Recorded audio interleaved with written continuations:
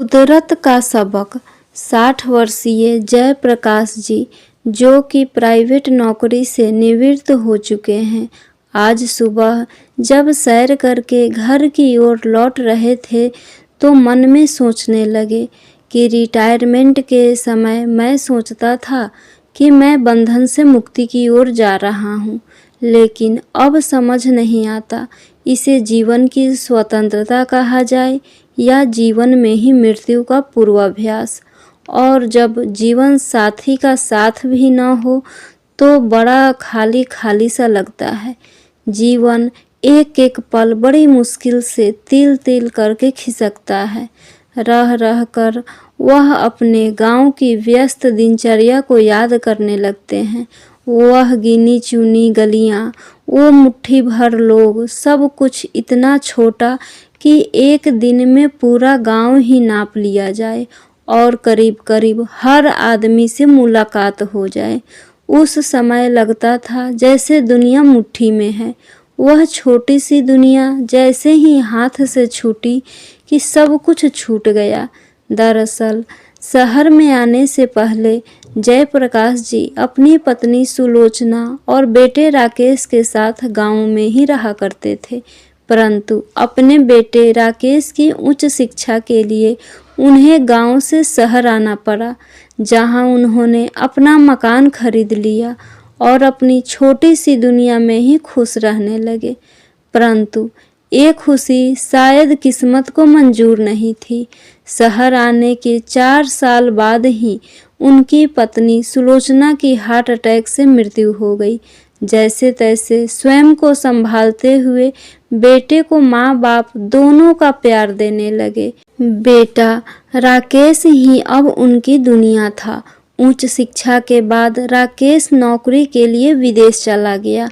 पढ़ाई में होशियार था तो वहाँ यूनिवर्सिटी में भी उसका एकेडमी करियर उज्जवल रहा, जिस कारण उसे वहीं नौकरी भी मिल गई और वहाँ भारतीय मूल के ही एक लड़की प्रिया से शादी रचा ली और वहीं का होकर रह गया। शुरू में तो राकेश उन्हें कभी कभी फ़ोन कर लिया करता था, लेकिन अब तो कई महीने बीत जाते थे जयप्रकाश जी को अपने बेटे से बात हुए। परिणाम स्वरूप इस बड़े से शहर में जयप्रकाश जी एकदम अकेले हो चुके थे।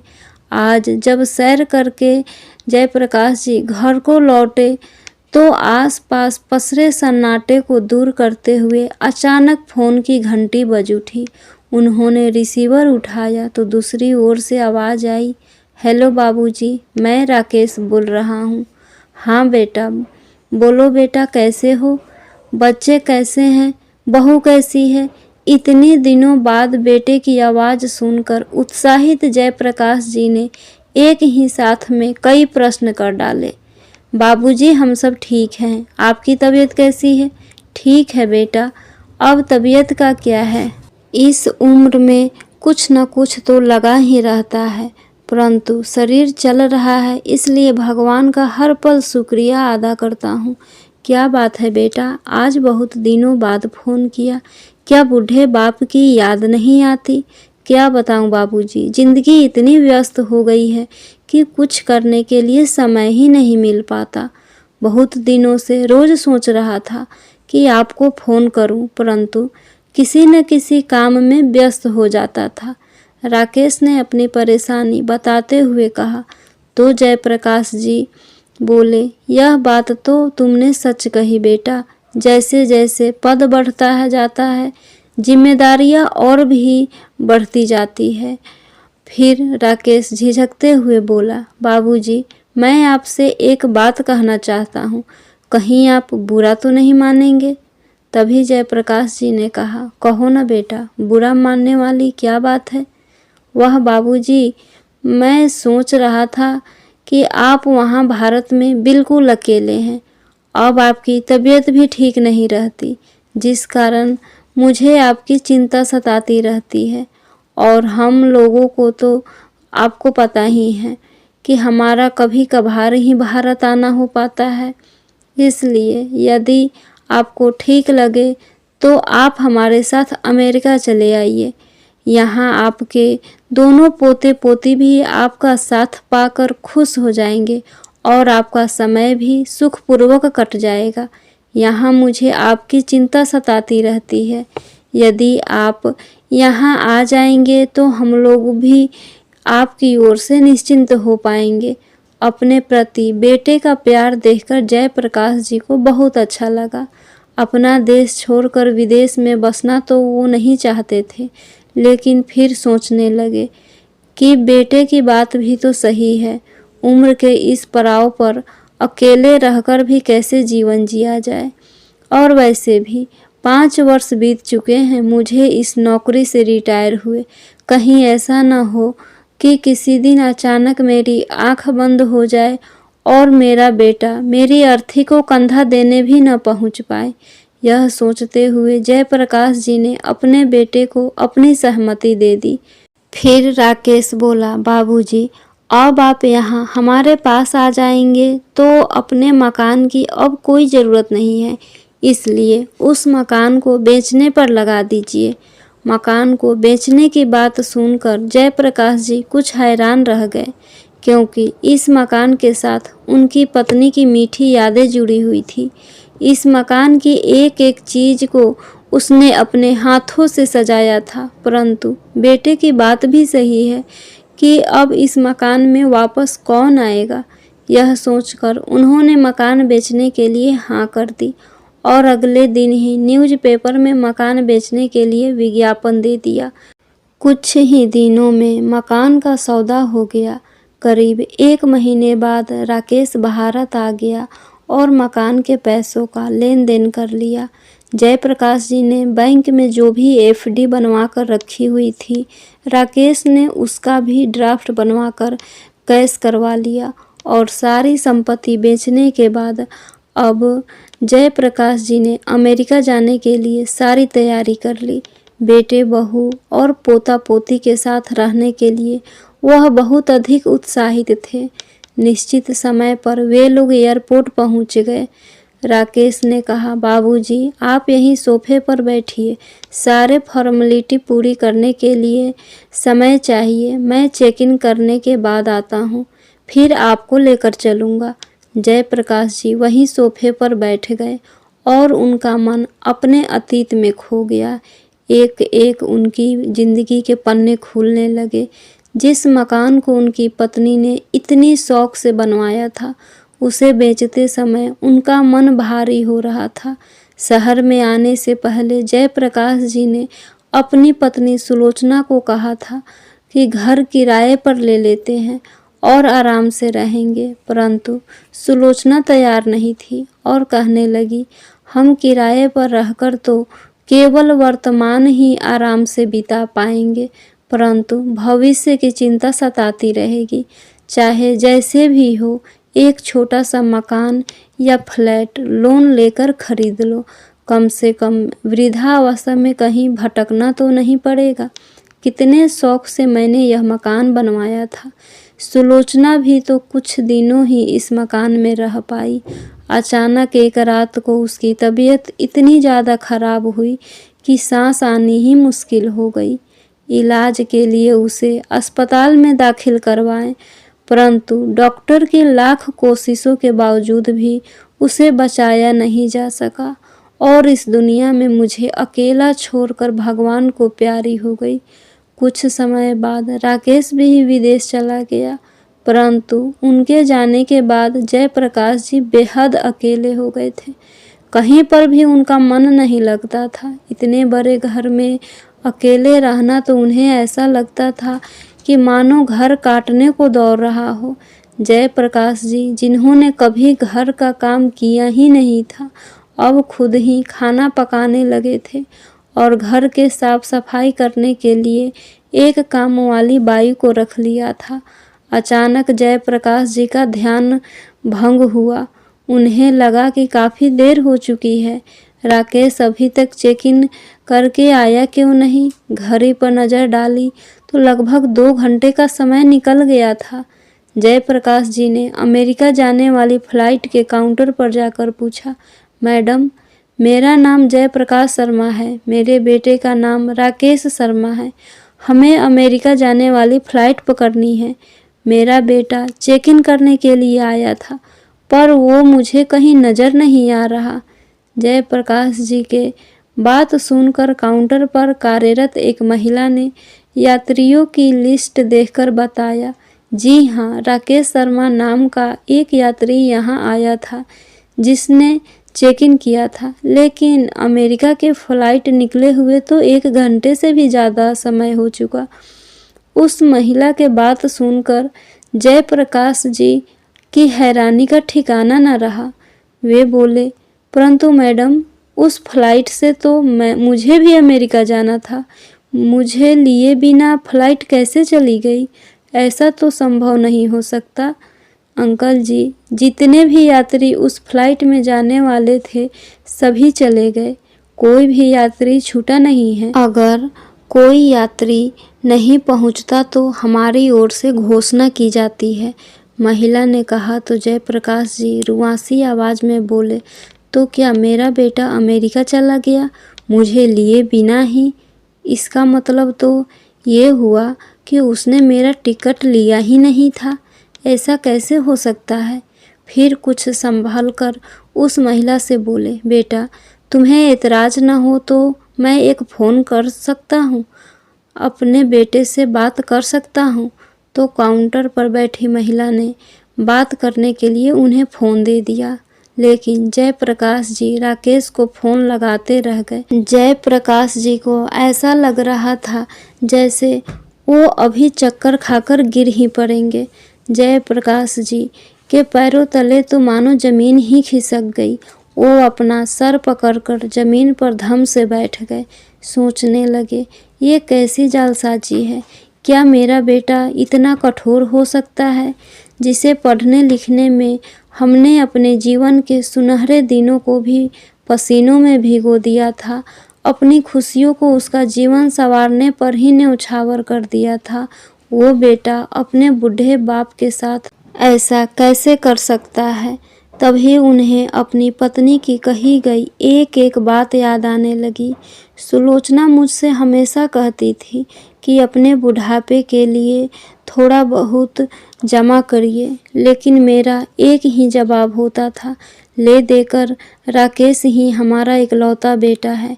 यदि हम उसकी सुख सुविधा का ख्याल नहीं रखेंगे तो कौन रखेगा? वो एक खिलौना मांगता था तो मैं 2 लाकर देता था। उसकी विदेश में पढ़ाई करने के लिए, जिद पूरी करने के लिए, पैसे इकट्ठे करने के खातिर न जाने मैं कितने ही लोगों के आगे हाथ पसारे थे। मन में बस अपने बेटे की बात पूरी करने की धुन सवार थी कि वह किसी तरह विदेश चला जाए। इस बात को लेकर अपने बड़े भाई मनोहर जी से भी मेरी लड़ाई हो गई, क्योंकि उसने मुझे कोई भी सहायता देने से मना कर दिया था। वह कहता था, जब सामर्थ्य नहीं है तो विदेश क्यों भेज रहे हो? क्या अपने देश में पढ़ाई नहीं होती? क्या यहाँ पढ़कर बच्चे नौकरी नहीं करते? जितनी चादर हो उतने ही पैर पसारने चाहिए। अपने भाई के इस आचरण से मुझे कितनी तकलीफ हुई थी। उसी दिन मैंने मन ही मन सोच लिया था कि अब मदद के लिए अपने बड़े भाई के दरवाजे पर कदम नहीं रखूँगा। तभी से हम दोनों भाइयों के बीच में कटुता आ गई थी, परंतु यदि देखा जाए तो उन्होंने कुछ भी गलत नहीं कहा था। जिस बेटे के कारण मैं अपने भाई से भी संबंध तोड़ लिया था, आज वही बेटा मुझे ऐसे समय में बेसहारा छोड़कर धोखा देकर चला गया, जिस समय में मुझे उसके सहारे की सबसे ज़्यादा ज़रूरत थी। तभी सिक्योरिटी कर्मचारी की आवाज़ सुनकर जयप्रकाश जी का ध्यान टूटा। वह कर्मचारी उनसे पूछने लगा, सर, आपको कहाँ जाना है? मैं देख रहा हूँ आप काफ़ी समय से यहीं बैठे हुए हैं। बेटा, मैं कहाँ जाऊँगा? मेरा तो कोई ठिकाना ही नहीं रह गया। मुझे तो अपने बेटे के साथ अमेरिका जाना था, लेकिन वह तो मुझे छोड़कर चला गया। अब मेरी किस्मत मुझे कहाँ ले जाएगी मैं खुद नहीं जानता। इतना कहकर जयप्रकाश जी पास रखे बेंच का सहारा लेकर खड़े हुए। एक बार फिर से वह काउंटर पर गए और अपने बेटे को फ़ोन लगाया, लेकिन फ़ोन स्विच ऑफ था। अब उन्हें कुछ भी समझ में नहीं आ रहा था।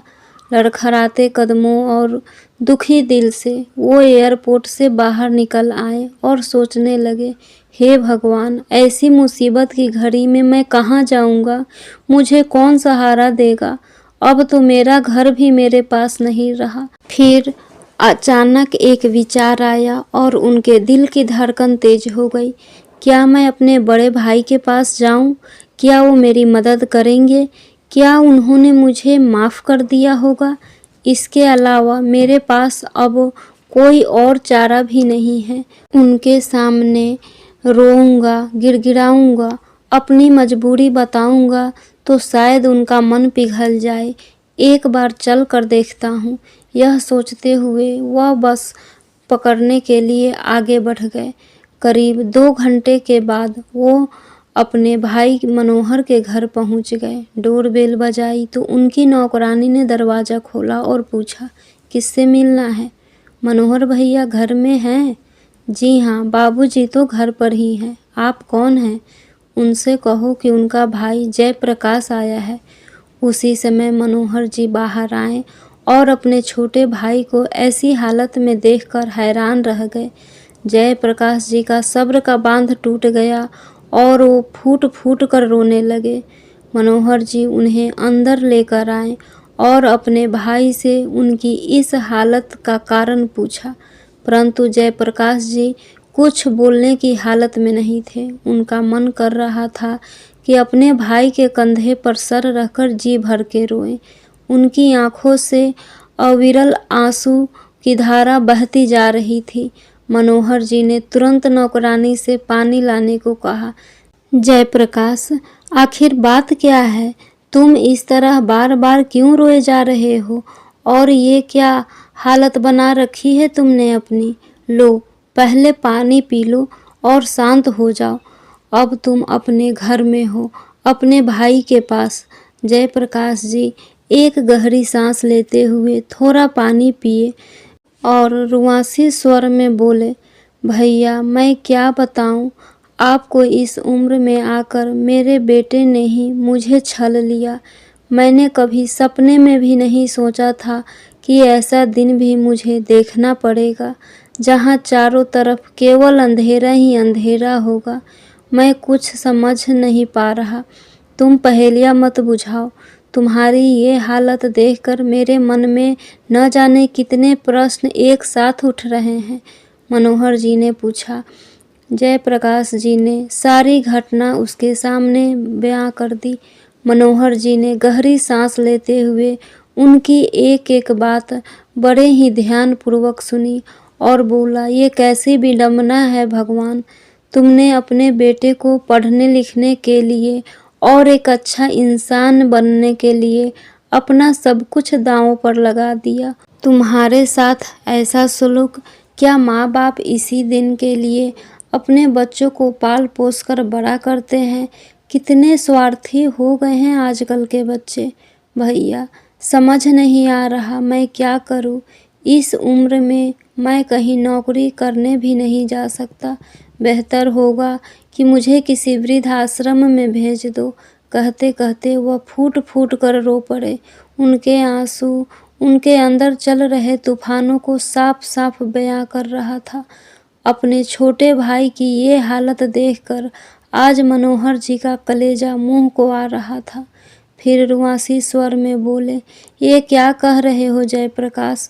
आत्मसम्मान से सिर उठाकर जीने वाला इंसान आज वृद्धाश्रम जाने की बात कर रहा है। ये घर तुम्हारा ही है। बेटी शिल्पा की शादी करने के बाद जब से तुम्हारी भाभी ये दुनिया छोड़कर चली गई, उसके बाद तो मैं भी बिल्कुल अकेला हो गया हूँ।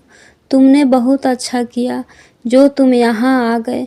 अब हम दोनों का समय आराम से कटेगा। ऐसा कहते हुए उन्होंने अपने भाई को गले से लगा लिया। अपने बड़े भाई की बातें सुनकर जयप्रकाश जी को सहारा हुआ, परंतु वो उन पर बोझ नहीं बनना चाहते थे। इसलिए वो अभी भी परेशान थे। अभी दोनों भाइयों में ये बातें चल रही थी कि डोरबेल बजी। देखा तो मनोहर जी की बेटी शिल्पा कुछ दिनों के लिए रहने आई थी। इतने वर्षों के बाद अपने चाचा को इस घर में देखकर उसे अचंभा हुआ। शिल्पा उनके पास बैठकर उनका हाल चाल जानने लगी, परंतु जब उसे उनके हालात की जानकारी हुई तो उसे बहुत दुख हुआ और हैरानी भी कि राकेश चाचा जी के साथ ऐसा कैसे कर सकता है। अगले दिन सुबह सुबह ही शिल्पा रसोई घर में जाकर नाश्ता बनाने लगी। जब उसके पिताजी और चाचा जी खाने की मेज पर बैठे तो उनके लिए स्वादिष्ट नाश्ता परोसा और थोड़ी देर बाद एक अलग कमरे में चली गई। जयप्रकाश जी ने देखा कि शिल्पा मोबाइल पर ही ऑनलाइन क्लास ले रही थी। उसे ऑनलाइन क्लास लेते देखकर जयप्रकाश जी के मन में कुछ ख्याल आया और जब शिल्पा बाहर आई तो उन्होंने शिल्पा से कहा, बेटी एक बात तो बताओ, क्या मैं भी ऑनलाइन क्लास ले सकता हूँ? घर बैठे बैठे अपने बेटे के बारे में सोच सोच कर परेशान होने से तो अच्छा है कि मैं किसी काम में व्यस्त हो जाऊं। उनकी बात सुनकर शिल्पा बोली, क्यों नहीं चाचा जी, आजकल तो टेक्नोलॉजी का ज़माना है और अगर आप पढ़ाना चाहते हैं तो ऑनलाइन क्लासेस एक अच्छा विकल्प है। ये काम करने के लिए ना तो आपको स्कूल जाना पड़ेगा और ना ही स्कूल की तरह घंटों खड़े रहकर पढ़ाना पड़ेगा। आप अपनी सहूलियत से बच्चों को पढ़ा सकते हैं और वैसे भी आप तो गणित विषय के बहुत अच्छे अध्यापक रह चुके हैं। मैं आपकी इस काम में मदद कर सकती हूँ। ऐसा कहते हुए शिल्पा ने ऑनलाइन रिज्यूम बनाकर अपने स्कूल में भेज दिया। कुछ ही समय में उन्हें नियुक्त कर लिया गया। अब उन्हें ऑनलाइन पढ़ाने के अच्छे खासे पैसे मिलने लगे थे। सुबह 9 बजे से लेकर 12 बजे तक अपने फ़ोन से ही बच्चों को ऑनलाइन पढ़ाते और अपना खर्चा खुद ही निकाल लेते थे। अब उन्हें जीने का मकसद मिल गया था। वह पहले से ज़्यादा चुस्त और तंदुरुस्त रहने लगे थे। अब वह अपनी ज़िंदगी से संतुष्ट थे, परंतु वो गरीब बच्चों के लिए कुछ करना चाहते थे। इसलिए उन्होंने बच्चों के लिए अपना कोचिंग सेंटर खोलने के बारे में सोचा और इस काम में उनकी मदद उनकी भतीजी शिल्पा ने की। शिल्पा की मदद से उन्होंने एक जगह किराए पर ली जहां उन्होंने अपना कोचिंग सेंटर खोला। गणित विषय के अलावा अन्य विषयों के भी कोचिंग प्रदान करने के लिए उन्होंने 2 अध्यापक भी नियुक्त कर लिए। उनके कोचिंग सेंटर में फीस कोई ज़्यादा नहीं थी और जो बच्चे फीस नहीं दे पाते थे वो फ्री में पढ़ सकते थे, जिस कारण उनके कोचिंग सेंटर की लोकप्रियता बढ़ने लगी। जयप्रकाश जी के सराहनीय कदम को देखते हुए अब उनकी मदद के लिए कुछ एनजीओ भी उनके साथ जुड़ गए, जिन्होंने उनके साथ कोचिंग सेंटर के लिए एक बड़ी जगह उपलब्ध करवा दी। एक ही साल में उनका कोचिंग सेंटर एक बड़े इंस्टीट्यूट का रूप ले चुका था। लेकिन कहते हैं ना, कर्मों का फल तो मिलकर रहता है, आज नहीं तो कल, इस जन्म में नहीं तो अगले जन्म में। राकेश ने जो धोखा अपने पिता के साथ किया था, फिर उस धोखे के फल से वो कैसे बच सकता था। अपने जिस दोस्त के साथ पार्टनरशिप करने के लिए उसने अपने पिता के पैसे धोखाधड़ी से हथिया लिए थे, इस दोस्त ने उसे पार्टनरशिप का झांसा देकर वो सारे पैसे हथिया लिए। पार्टनरशिप में बिजनेस शुरू करने के लिए उसने नौकरी तो पहले ही छोड़ दी थी और अब उसे कहीं नौकरी भी नहीं मिल रही थी। आखिर विदेशी धरती पर बिना पैसे के कितने दिन तक रह सकते थे। जो थोड़े बहुत बचे हुए पैसे थे उनसे अपनी टिकट का इंतजाम कर अपनी पत्नी और बच्चों के साथ अपने ससुराल में रहने लगा। नौकरी ढूंढ रहा था लेकिन कोई बड़ी नौकरी उसे मिल नहीं रही थी और छोटी नौकरी उसे अपने स्टैंडर्ड की नहीं लगती थी और ससुराल वाले भी आखिर बेरोजगार दामाद को कितने दिन इज्जत देते, और उसे महसूस होने लगा कि ससुराल में उसे बोझ समझा जा रहा है। जिस ससुराल में आने पर उसे हमेशा सम्मान दिया जाता था, अब इसी घर में उसकी कोई इज्जत नहीं रह गई थी। वो अपनी जिंदगी से पूरी तरह परेशान हो चुका था, लेकिन करता भी तो क्या, उसके खुद के कर्म अब उसके सामने आ रहे थे। एक दिन जब उसने पढ़ने के लिए अखबार उठाया तो अखबार में खबर के साथ अपने पिता की फोटो को देखकर वो हैरान रह गया। अखबार में लिखा था, अक्सर मेहनत करने वाले परेशानियों से नहीं डरते, बल्कि अपने दम पर मुश्किलों को दूर करने के लिए कोशिश करते हैं। मेहनत करके अपने आप को फिर से आत्मनिर्भर बनाने की एक मिसाल है श्री जयप्रकाश शर्मा जी, जिन्होंने 60 वर्ष की उम्र में अपने अंदर के शिक्षकों को पुनर्जीवित किया और आज के बुजुर्गों के लिए प्रेरणा की एक मिसाल कायम की। वे इस समाज के उन महान शिक्षकों में से एक हैं जिन्होंने गरीब बच्चों को मुफ्त में पढ़ने का जिम्मा उठाया है। उनके इस सराहनीय कार्य को देखते हुए सरकार की तरफ से उन्हें इनाम दिया जाने वाला है। ये खबर पढ़कर अपनी आंखों पर विश्वास नहीं हुआ। वो हैरान था कि अपने जिस पिता को वो दर दर की ठोकरें खाने के लिए छोड़ कर गया था, आज वह अपने दम पर इतना बड़ा पुरस्कार प्राप्त करने जा रहे हैं। अखबार में छपी खबर के साथ साथ उनके कोचिंग सेंटर का नाम और पता भी लिखा था। फिर क्या था, राकेश मदद मांगने के लिए अपनी पत्नी के साथ तुरंत अपने पिता से मिलने दौड़ा चला गया। पहुंचकर देखा तो उस जगह पर एक बहुत बड़ा इंस्टीट्यूट बना हुआ था। इतनी बड़ी बिल्डिंग देखकर वे दोनों तो बस देखते ही रह गए। जब वो दोनों अंदर गए तो गार्ड के पूछने पर उन्होंने उसे बताया कि उन्हें जयप्रकाश जी से मिलना है, तो गार्ड उन्हें ऑफिस में बिठाकर जयप्रकाश जी को बुलाने के लिए चला गया। जैसे ही जयप्रकाश जी अपने ऑफिस में आए तो राकेश उन्हें देखकर हैरान था। उसके पिता, जिनके चेहरे से कभी लाचारी और बेबसी झलकती थी, उनके चेहरे पर आत्मविश्वास भरी चमक थी। जैसे ही जयप्रकाश जी अपने ऑफिस में आए तो उनके आते ही उनका बेटा उनके पैरों में गिरकर रोने लगा। जयप्रकाश जी अपने बेटे राकेश को अपने पैरों में अचानक देखकर हैरान रह गए। तभी राकेश बोला, पिताजी मुझे माफ़ कर दीजिए, मुझसे बहुत बड़ी गलती हो गई। मैंने धोखे से आपका घर बेचकर आपको अकेला छोड़कर चला गया, लेकिन उसकी सज़ा मुझे ईश्वर ने दे दी है। आप नहीं जानते पिताजी, मेरे साथ एक बहुत बड़ा धोखा हो गया। हम लोग बहुत मुश्किल से अपनी ज़िंदगी गुजार रहे हैं।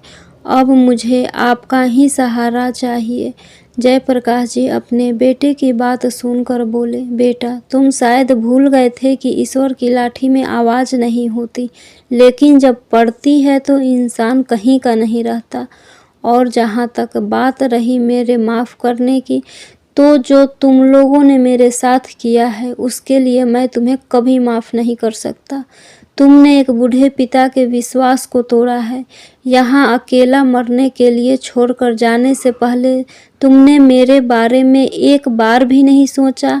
अरे कम से कम इतना तो सोच लेते कि तुम्हारा बूढ़ा पिता कहाँ रहेगा, क्या खाएगा। अरे नालायक, एक तरफ तुम हो और एक तरफ मनोहर भैया की बेटी शिल्पा है, जो शादीशुदा होते हुए भी अपने पिता का भी अच्छे से ख्याल रखती है और साथ साथ अपना ससुराल भी संभालती है। तभी उनकी बहू बनावटी आंसू निकालते हुए बोली, पिताजी अब छोड़िए बीती बातों को, जो हो गया सो हो गया, उसे तो बदला नहीं जा सकता। लेकिन आप नहीं जानते कि हम कितनी मुसीबत में गुजर रहे हैं। एक एक पैसे के लिए हम लोग तरस गए हैं। आप ही बताइए हम कैसे गुजारा करें, और बच्चों की पढ़ाई का खर्चा भी है। हमारे बारे में नहीं तो कम से कम अपने पोता पोती के बारे में तो सोचिए। तभी राकेश अपनी पत्नी की हाँ में हाँ मिलाता हुआ बोला, पिताजी अगर आप हमारे कुछ मदद कर दें तो। जयप्रकाश जी ने स्पष्ट रूप से कह दिया, एक बार मैं तुमसे धोखा खा चुका हूँ, अब इस उम्र में इससे ज़्यादा धोखा खाने की शक्ति मेरे पास नहीं है। तुम्हें जो करना है वो करो, लेकिन मुझसे कोई उम्मीद मत रखना। एक बात कान खोलकर सुन लो, जो भी पैसा मैं कमाता हूँ अपने दम पर कमाता हूँ। उस पैसों में से एक फुट्टी कौड़ी भी मेरे पास तुम्हारे लिए नहीं है। यदि मैं बुढ़ापे में इतना सब कुछ हासिल कर सकता हूँ तो तुम्हारी तो अभी उम्र है, खुद से पैसा कमाओ और अपनी ज़िंदगी कैसे जीनी है वो खुद देखो। लेकिन मुझसे उम्मीद लगाकर मेरे पास फिर कभी मत आना। मेरी क्लास लेने का समय हो रहा है, बच्चे मेरा इंतज़ार कर रहे हैं, मैं जाता हूँ। दोनों बेटा बहू अपने पिता की ओर हैरानी से देखने लगे। वे दोनों कुछ और बोलते उससे पहले ही जयप्रकाश जी उठकर अपनी क्लास लेने के लिए चले गए। बेटा और बहू दोनों मुंह लटकाकर वापस आ गए। अब उनके पास पछताने के अलावा और कोई रास्ता नहीं बचा था। फ्रेंड्स, आशा करती हूँ ये कहानी आपको ज़रूर पसंद आई होगी। प्लीज़ लाइक, सब्सक्राइब और शेयर करना ना